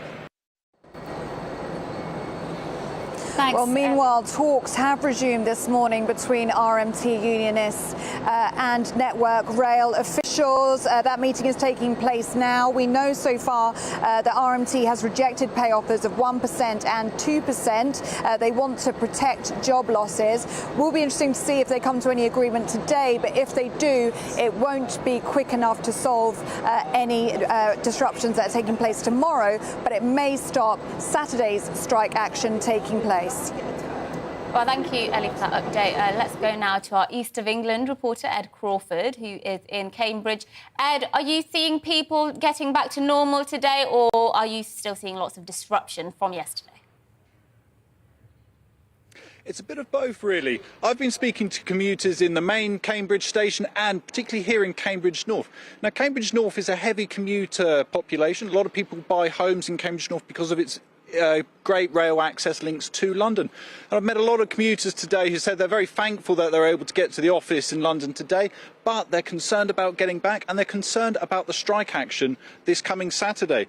What a lot of people are saying to me is there's mixed opinions. A lot of people are saying that they're frustrated with the RMT and they're frustrated with the strikes. However, there are a lot of people expressing sympathy with the strikes and a lot of people expressing sympathy with the threat of automisation on the railway. People are going to lose their jobs and they understand why the unions are striking. But it's important to note that the UK Hospitality, the industry body, has estimated that just this week alone it is going to cost 540 million. So this is a very costly strike and there's backlogs all across the country, severe disruptions. As Ellie said, trains are running at 60% capacity. Everything here is very calm in North Cambridge and people are just getting on, but there's great apprehension that if this drags on, it is going to damage industries and people's livelihoods going forwards. Ed Crawford there, sorry, in Cambridge, and Ellie Costello at Paddington. There's a poll this week that said 58% of the public think that the rail strikes are justified. Yeah, there was a bit of conflict, though, because another poll also came out. I think it depends how you ask the question, doesn't it? Yeah. So I think when they asked, is it justified, the majority of people agreed that they were justified, but then they asked, do you support them, in another poll. They said no. Yeah, so, I mean, in a way, I kind of... To some extent, they're justified, but do I want the workers to be going on strike? Not really. It's an inconvenience. OK, well, the second part of GB News viewer Jackie's email asked what impact will these rail strikes have on our government's desire to achieve net zero carbon emissions? Will these disruptions put people off the green choice of public transport. Yes, well, here to explain more is the Director of Climate Policy Group Net Zero Watch, Benny Pizer. Thank you for joining us this morning. Look, we've been told over and over again over the last couple of years that we need to stop driving, we need to start using more eco-friendly public transport. Why on earth would anybody want to switch to eco-friendly transport like trains when things like this happen? Look, this is obviously a very temporary strike. These things happen. This won't change policy. The main problem, we have the strike in the first place, and there will be many other strikes. Don't doubt this. Any case, there will be many strikes, is the rising inflation and the cost of living crisis. And unless the government tackles that head on, this is going to get much worse. Yesterday, the news reported that energy bills are expected to rise by another £1,000 in October. Millions of families won't be able to pay their bills. Businesses will go under unless the government gets its act together and actually very soon changes tack and pause all these crazy and expensive net zero policies. Benny, just explain to our viewers and listeners, because some people will say, what do you mean by the crazy net zero policies? Don't we have an obligation to save the planet? As if net zero would save the planet. That's a complete illusion. Most countries in Europe are going back to coal. They can't afford the gas prices anymore. Energy security has become the top political priority. Britain is an outlier with its policies. They prioritize net zero over the cost of living crisis, energy cost crisis. So this idea that if we stick to net zero, we save the planet is complete illusionary. Most of the world isn't doing this anyhow. And people will not accept it anymore. It's as simple as that. When you can't heat your home in the winter, then the train strike will be, nothing compared to what we expect in the winter. Benny, it's harder to fly at the moment. We're seeing massive queues at airports. As we're talking about, it's almost impossible to get reliable train service. Even on a non-striking day of the week, we're all finding the disruption intolerable some days. It's too expensive to drive our cars because the petrol is so costly. It's almost like it's a deliberate attempt to keep human beings in one place. Well, I think we've been told for the last 20 years that going for renewable energy will make everything cheaper, will make energy cheaper. Exactly the opposite is happening. And, this is going to get much worse in autumn and winter. And as I said, this temporary strike is peanuts, is nothing compared to what we can expect if people cannot heat their homes in the winter. Thousands of businesses will collapse because they can't afford these relentless price increases. And inflation is primarily driven by these ridiculous energy prices. The government has to get its act together, has to cut the green levies, has to cut VAT on energy, and has to get fracking to get the shale gas out of the ground to bring down the cost of energy. That's the top priority. Otherwise, I very much doubt the government will survive. Benny Pizer, thank you very much for talking us through that net zero from Net Zero Watch there. Lots of people, I don't know who supports this net zero thing anymore, to be honest, when it comes to regular people just living their lives, because all I see most of the time is people saying, why on earth are we doing this? Besides, we're only 1% of global emissions. It's going to be futile if other countries don't do something. But for me, it's about what worries me most about the net zero conversation, and this is why GBNews is just so brilliant, is because you can look on other channels and it's just assumed that it's a good thing across the board. There is no conversation. And if you suggest for a moment, do you think we should really look at whether net zero is a good idea and should we have some sort of perhaps referendum on it in the country as to whether we want it? You are greeted as some sort of, forest burning down pyromaniac and that you just don't care about the planet. So I think it's great when you hear people like Benny putting the counter-argument to say we need to be talking about this and the impact of the costs, the taxes that we pay absolutely. towards the net zero. And this is partly crippling us. I think it would be, an election winner, perhaps, if a government said, look, we've tried this for a few years, we're in a cost of living crisis, we need to save money, but we don't think this is the way to do it, and we're going to put it on the shelf for now. I think that would actually earn them quite a lot of votes, because a lot of people don't like this kind of thing.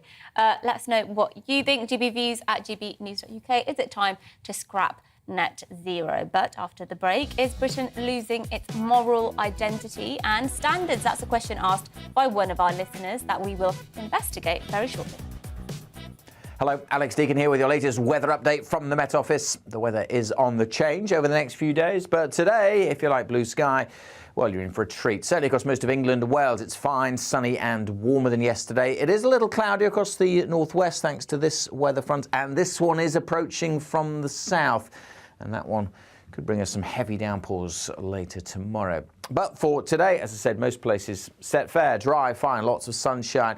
Sunny skies for eastern and southern Scotland, but a bit more cloud for Northern Ireland, certainly northwest Scotland. Quite windy in the far northwest as well. Elsewhere, the winds are light and the sun is really lifting those temperatures. A little bit warmer than yesterday, 25 to 28 degrees Celsius. Always a bit cooler on some coasts, but probably the south coast a little warmer than today. Obviously, it's still going to be cool with the brisk winds and the cloud across the far northwest, where there'll continue to be a bit of patchy rain through this evening. Generally a fine summer's evening, however, for the vast majority. But later in the night, just notice this, the threat of thunderstorms moving up from France. A fairly warm night with temperatures holding up in the low teens. On to Thursday, many places will again start with plenty of sunshine. More cloud for Northern Ireland, Western Scotland again. Some patchy rain in the far north. In the southeast, though, there is the risk of those thunderstorms moving up. And then during the day, we're expecting more heavy showers with the risk of thunderstorms to break out across parts of England and Wales. They could be pretty big storms as well. Before they arrive across Northern England, the North Midlands could get close to 30 degrees Celsius. So another very warm day here. Not as warm in the south. Now, the downpours that we see tomorrow, they'll be hit and miss, but as I say, they could cause some disruption. A lot of rain falling in a short space of time, the risk of large hail and gusty winds too, and the threat of those heavy showers drifting northwards during Thursday evening. Then all change with the weather turning much more showery and much cooler as we head through the weekend.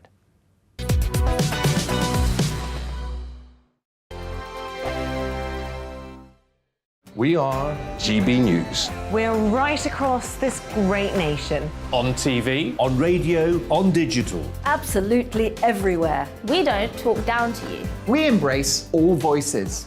With honest and civilised conversation. We're not part of the establishment. We're one of you. And we're only getting started. Join us on GB News, The People's Channel. Britain's news channel. Every morning from 6 o'clock, we'll wake you up with GB News Breakfast with all the stories you didn't know from the night before. So whether it's serious news, entertainment, or your own views from all over our great nation, we're here to kick off your day with a smile. The national media should be reflecting and reporting what's happening here. You will notice the northwestern accents. Whether you're with us on TV, radio, or online, every morning, it's breakfast from 6 a.m. Hope you can join us.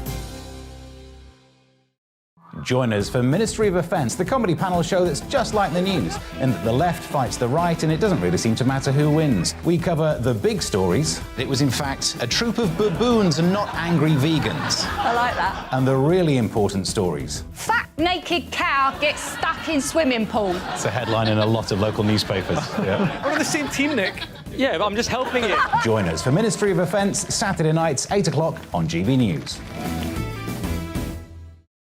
I'm Dan Wootton. Join me Monday to Thursday from 9 to 11 for the feistiest and most fun news debate on TV, where free speech reigns. I'll bring you a sharp take on the day's biggest stories, bombshell newsmaker interviews, and A-list guests. And I guarantee you, no spin, no bias, no censorship, and no reason to go to bed. That's Dan Wootton tonight, Monday to Thursdays from 9 on GB News.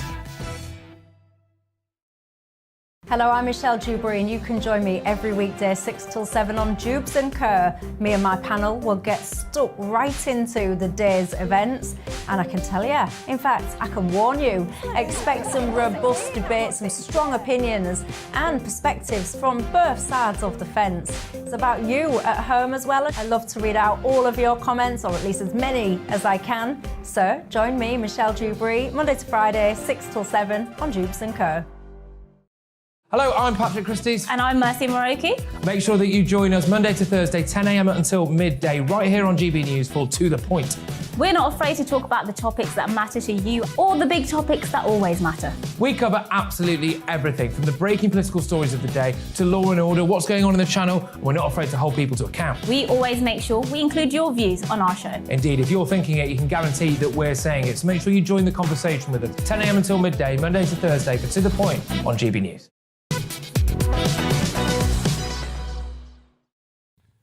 A very good morning. It's 11:23 and this is To The Point with me, Mercy Moroki, and Bev Turner on GB News. We're live on your TV, online and radio.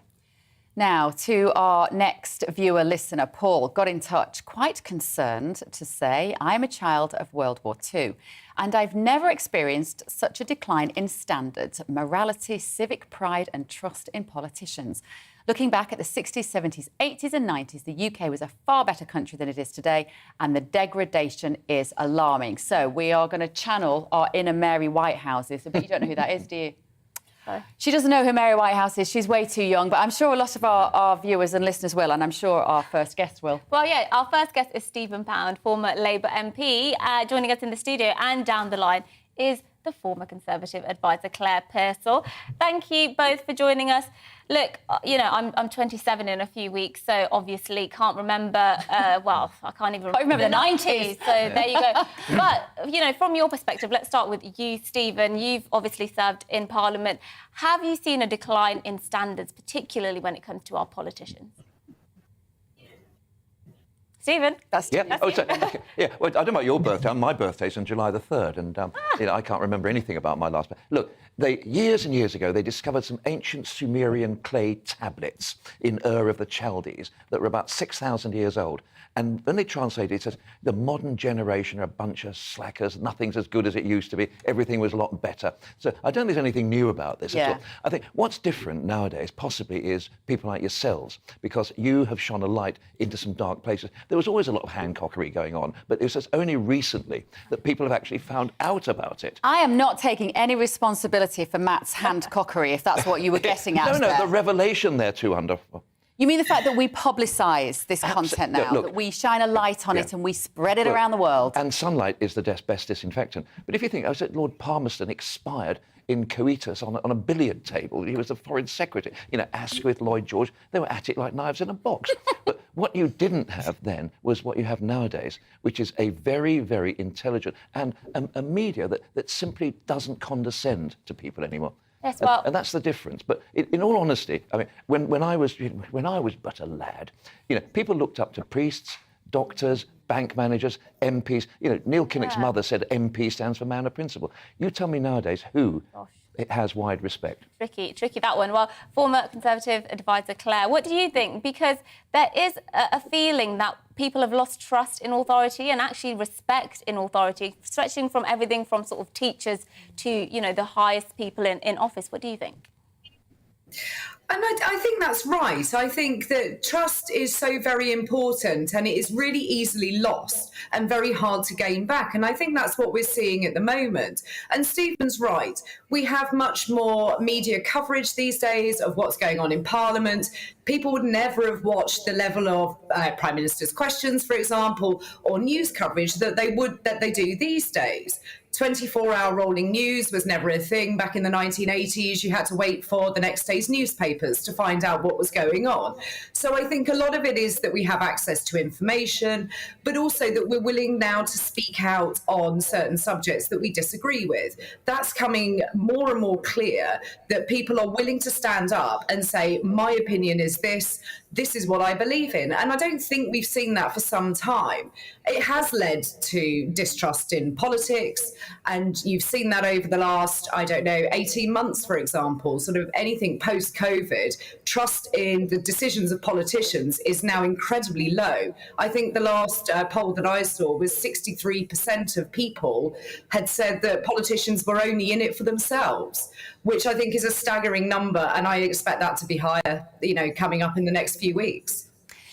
But in some ways, Paul, what I find interesting is we've never been more, and this is a little bit what Claire was getting, we've never been more conscious of not upsetting people, not saying the wrong thing. In some ways, our behaviour, you could say, is a little more buttoned up. We are more mindful of other people in a way that former politicians wouldn't have been, and yet we have all of this scandal. I hope that we're a bit more sensitive nowadays. I mean, I think there was a survey done, one of the first public opinion surveys in 1944, which came up with almost exactly mirrored what Claire was saying. 60% of the people said politicians were in it for the money, and that was in the middle of the war. But look, I think the real difference is that the overt, appalling behaviour that used to go on, the racism, which was foul in Parliament when I came into it and in local government, the sexism, the homophobia, that doesn't happen nearly so much nowadays. What does happen, what's got worse, is the absolute institutional corruption of awarding contracts. It's the financial corruption. Look, we've now got a situation where, one of the SNP members is being censored for touching the back of somebody's head.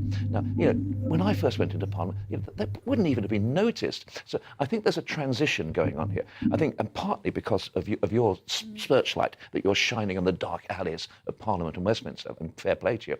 But I think that if we are in a transitional stage, nobody would use the language to black people that I heard every day of the week. When I was growing up in West London, you wouldn't believe the language, and people didn't think it was wrong. Even when people I knew, people I played football with, would come weeping because they were called those names, you wouldn't get... So there is an element where possibly things are getting a little bit better, but except maybe in the area of financial corruption. What do you think, Claire? Is there something about this particular government which is behaving? I mean, we've got two by-elections this week, haven't we? We've got the Neil Parish by-election in Tiverton, and we've got the Imran Khan by-election in Wakefield. Those two seats which became available under some very salacious circumstances, both of them, problematic circumstances. Is it, like Paul was saying there, it's the fact that we just know about these things now in a way that previously, 'twas ever thus. Humanity and human behaviour has always been anything other than entirely appropriate. It's just that we now know about it. Yeah, we do, and I think it's a certain amount is that we are much more able to call out that behaviour.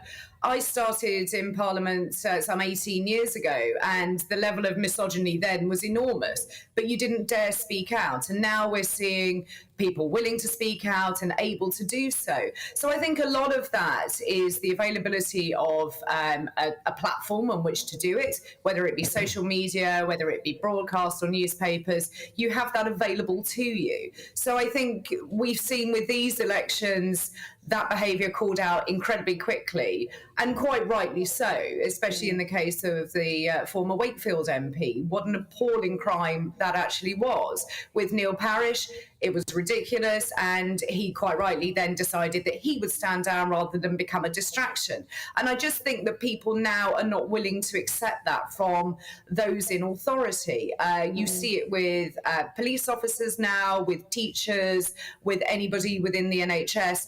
People say it's not appropriate, we need to deal with it. So I think we as a nation have become less tolerant of that. We are sensitive, but I think that we need to be careful that we don't quite go in the opposite direction and take offence at absolutely everything. Yeah, and that does seem to be the direction we are going in much of the time. Well, Claire, thank you for joining us this morning, Claire Purcell, and Stephen Pound, who's a former Labour MP and joining us in the studio. Nice to see you in person. We're used to seeing you on our screens, so thank you both. If I was a politician, I would, and hopefully I won't be anytime soon, they've put up with too much, in my opinion, but I'd say, look, we all need to espouse British values. I think British values has become a dirty word, and let's instill a sense of morality, there you go, morality and a high standard of everybody. And if you don't like it, then tough, you know. This any is Britain. values, just any values. We just need There's only enough to be values. British values, just have some values, please. Fair play. Yeah. Fair play, absolutely. Know what you stand for. Well, after the break, our political correspondent, Tom Harwood, has been in Wakefield looking ahead to tomorrow's by-election. But before that, a look at this morning's news headlines.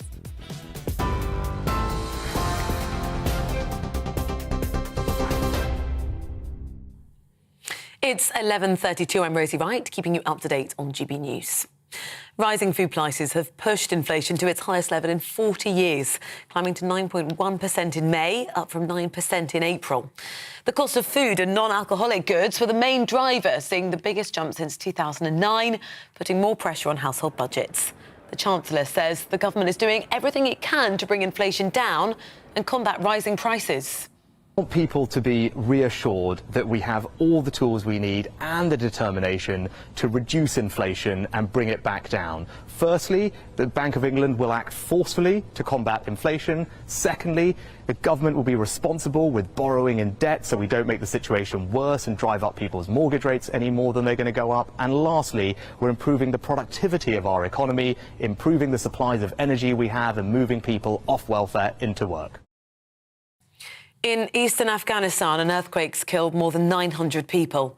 The 6.1 magnitude quake struck early this morning, around 27 miles from the border with Pakistan. More than 600 people have been injured, with video showing houses that were reduced to rubble. Authorities say the death toll is still likely to rise as they reach remote villages. The government is proposing new legislation which will give the UK powers to override rulings by the European Court of Human Rights. It's after the court blocked the first deportation flight of carrying asylum seekers to Rwanda last week. The Deputy Prime Minister, Dominic Raab, who's introducing the Bill of Rights to Parliament later today, says the reforms will restore common sense to the system. Passengers have been hit by more train cancellations as talks resume today to try to resolve a dispute over jobs, pay and conditions. 60% of trains are running today, with some operators ending services earlier than usual ahead of another round of strike action tomorrow. A third walkout will take place on Saturday.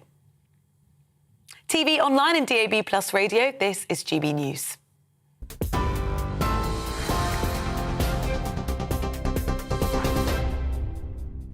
Direct Bullion sponsors the Finance Report on GB News for gold and silver investment. Here's a quick snapshot of today's markets. The pound is 1.226 to the dollar. It's 1.165 to the euro. The price of gold currently stands at £1,490.90 per ounce. Direct Bullion sponsors the Finance Report on GB News for physical investment.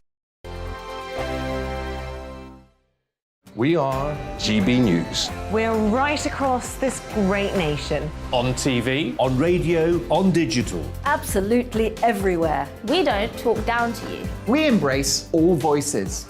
With honest and civilised conversation. We're not part of the establishment. We're one of you. And we're only getting started. Join us on GB News, The People's Channel. Britain's news channel. Every morning from 6 o'clock, we'll wake you up with GB News Breakfast with all the stories you didn't know from the night before. So whether it's serious news, entertainment, or your own views from all over our great nation, we're here to kick off your day with a smile. The national media should be reflecting and reporting what's happening here. You will notice the northwestern accents. Whether you're with us on TV, radio, or online, every morning, it's breakfast from 6 a.m. Hope you can join us.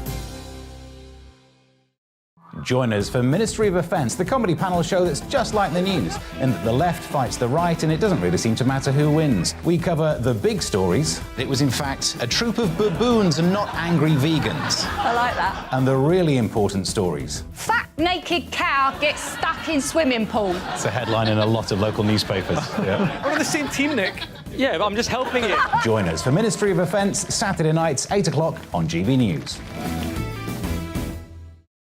I'm Dan Wootton. Join me Monday to Thursday from 9 to 11 for the feistiest and most fun news debate on TV, where free speech reigns. I'll bring you a sharp take on the day's biggest stories, bombshell newsmaker interviews, and A-list guests. And I guarantee you, no spin, no bias, no censorship, and no reason to go to bed. That's Dan Wootton Tonight, Monday to Thursdays from 9 on GB News.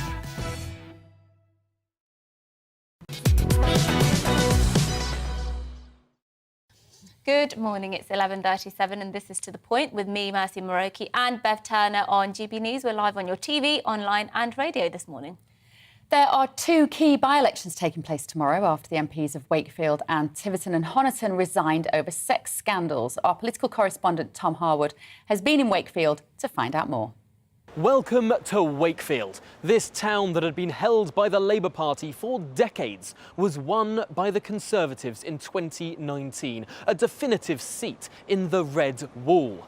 The Tory candidate was Ahmed Khan. He won by just over 3,000 votes. But just a couple of months ago, he resigned in disgrace, having been convicted for sexually assaulting a 15-year-old boy. I've been speaking to some of the big players in this by-election today. First up, it was the Tory candidate, Nadeem Ahmed. The message I'm going is my own character. I'm 16 years, a local councillor here, non-stop, so I've been here. I am from the area, I've grown up here. I know many people and hopefully meeting many more people. I'm standing on my own credibility and my own character as an educator for 20 years. People will on the doorstep say, look, you know what, Nadeem, you're not the person previously. There's people that know me, that went to school with me, and they're giving endorsements saying, look, I know this person. I've worked with him for 20 years. I worked with him 15 years. I worked with him in Morrison's or wherever they've done. So I'm getting that credibility and it's coming across, and I'm just trying to get out to as many people as we can in the shortest amount of time. I also caught up with the leader of the Lib Dem group on the local council. We had a visit from Daisy Cooper, the deputy leader of the Liberal Democrats, and we've seen the sort of same favours and people from across the UK come through to help out. What would be a good result for the Liberal Democrats here on Thursday? What is your aim? I think our aim really is to make sure that within Wakefield that we are seen as a credible, serious party that is, capable of competing. Now, we had hoped to speak to the Labour candidate here, Simon Lightwood. I'm standing outside his campaign headquarters here, adorned with union flags and Labour posters. Sadly, though, we're told by the local Labour Party here that Simon has COVID. They won't tell us exactly when he contracted the disease, but it means that he can't speak to us in person. Simon Lightwood, front and centre there. It's interesting, on his literature, there's Lisa Nandy, the Shadow Levelling Up secretary. There's Louise Hay. There's lots of figures in the Labour Party, but no Sir Keir Starmer. Now, the Labour Party tell us that they're running a positive campaign, and the leaflets that they've provided here do seem pretty positive, but they're not the only leaflets that have been sent by the party.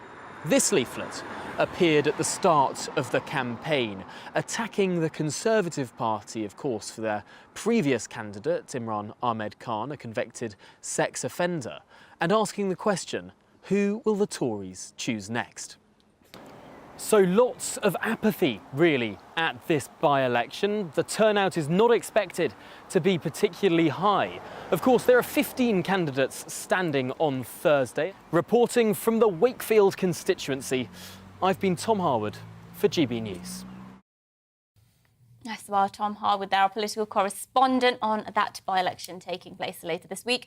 Now, there are 15 candidates standing in Wakefield, and here they are. Sir Archibald Stanton Earl Eaton from the official Monster Raving Loony Party.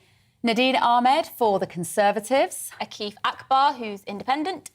Paul Bickerdike from the Christian People's Alliance. Mick Dodgson of the Freedom Alliance. Jada Franson, an independent. Jordan Gaskell from the UK Independence Party. David Hurdson of the Yorkshire Party. And there's Therese Hurst from the English Democrats.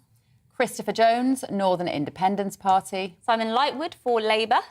Jamie Needle from the Liberal Democrats. Ash Ruth from the Green Party.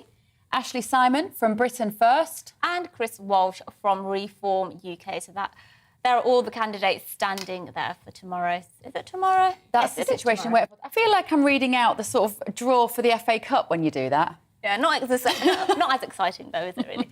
Well, what about Tiverton and Honiton? The vacancy there was caused, of course, by the resignation of Neil Parish after he admitted to viewing pornography on his phone in the House of Commons, although He did say he was looking at tractors, to be fair. Well, our reporter Jeff Moody's been to Tiverton and Honiton in Devon to find out what voters there are thinking.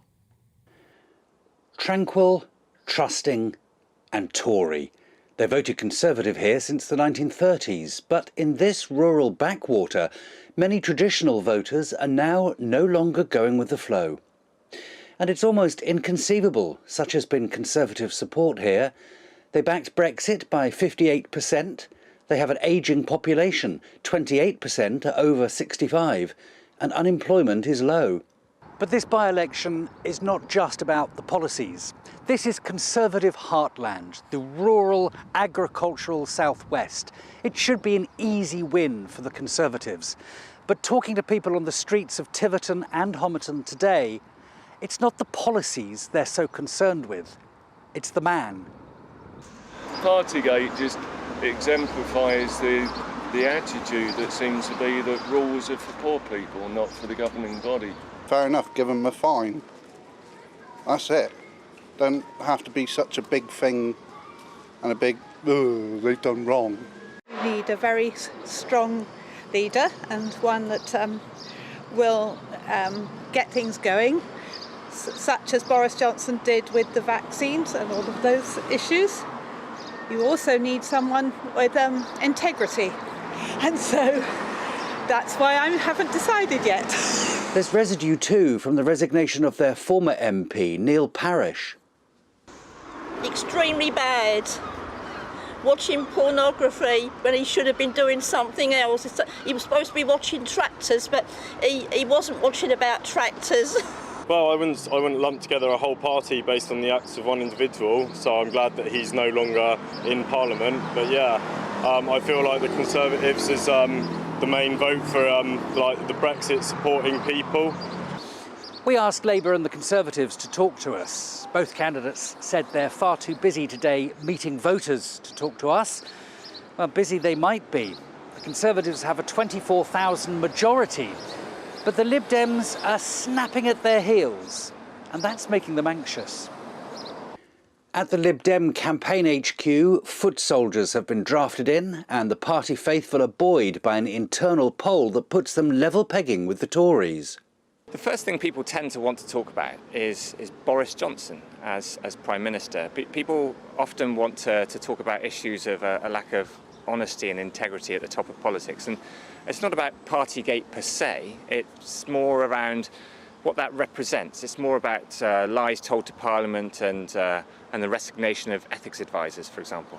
At the last election, just 15% voted for the Lib Dems, 60% went to the Conservatives. Turning this around will be a gargantuan feat for the Liberals. They think they can do it. The voters aren't so sure. Well, what's the alternative? Put it that way. I can't see an alternative at the moment. They're giving Boris a pretty hard time and he doesn't deserve it. By and large, he's doing OK. And that's the question that people here are asking themselves. Is OK enough? Or is Partygate now just water under the bridge? Jeff Moody, GB News. Well, that was Tiverton and Honiton there, and there are 8 candidates standing in that by-election. And just to give you all the names, Jordan Donoghue-Morgan for the Heritage Party. Andy Phone for Reform UK. Richard Ford for the Liberal Democrats. Helen Herford for the Conservatives. Liz Poll for Labour. Frankie Ruffalo for the For Britain Movement. Ben Walker for the UK Independence Party. And Jill Westcott for the Green Party. Yes, and now that's all finished. Let's take you through something we may have missed, but we thought we'd like to inform you of anyway. Former England footballer and TV presenter Gary Lineker claims he suffered racist abuse during his career playing because of darkish skin. There he is. Well, it does seem rather crazy. Lineker said on the High Performance podcast, "I'm as British as they come," adding, even in professional football, I faced some racist abuse a couple of times. I wouldn't ever name any names. Yeah, I mean, what a narcissist. That's all I have to say. He had to jump on this bandwagon, didn't he? He's as pale. He's obviously, I mean, gosh. He's a Caucasian male. I'd love to know what he was thinking. It needs Harry, a little more... it's not all about you. And we'll leave it at that. That's how we're ending today's news. We loved having you this morning on To The Point. We'd love to see you tomorrow. We'll be back at 10 again. Up next is The Briefing with Gloria De Piero and Prime Minister's Questions. See you tomorrow. See you tomorrow. Hello, Alex Deacon here with your latest weather update from the Met Office. The weather is on the change over the next few days, but today, if you like blue sky, well, you're in for a treat. Certainly across most of England and Wales, it's fine, sunny and warmer than yesterday. It is a little cloudy across the northwest thanks to this weather front, and this one is approaching from the south, and that one could bring us some heavy downpours later tomorrow. But for today, as I said, most places set fair, dry, fine, lots of sunshine. Sunny skies for eastern and southern Scotland, but a bit more cloud for Northern Ireland, certainly northwest Scotland. Quite windy in the far northwest as well. Elsewhere, the winds are light and the sun is really lifting those temperatures. A little bit warmer than yesterday, 25 to 28 degrees Celsius. Always a bit cooler on some coasts, but probably the south coast a little warmer than today. Obviously, it's still going to be cool with the brisk winds and the cloud across the far northwest, where there'll continue to be a bit of patchy rain through this evening. Generally a fine summer's evening, however, for the vast majority. But later in the night, just notice this, the threat of thunderstorms moving up from France. A fairly warm night with temperatures holding up in the low teens. On to Thursday, many places will again start with plenty of sunshine. More cloud for Northern Ireland, Western Scotland again. Some patchy rain in the far north. In the southeast, though, there is the risk of those thunderstorms moving up. And then during the day, we're expecting more heavy showers with the risk of thunderstorms to break out across parts of England and Wales. They could be pretty big storms as well. Before they arrive across northern England, the North Midlands, we could get close to 30 degrees Celsius. So another very warm day here. Not as warm in the south. Now, the downpours that we see tomorrow, they'll be hit and miss, but as I say, they could cause some disruption. A lot of rain falling in a short space of time, the risk of large hail and gusty winds too, and the threat of those heavy showers drifting northwards during Thursday evening. Then all change with the weather turning much more showery and much cooler as we head through the weekend.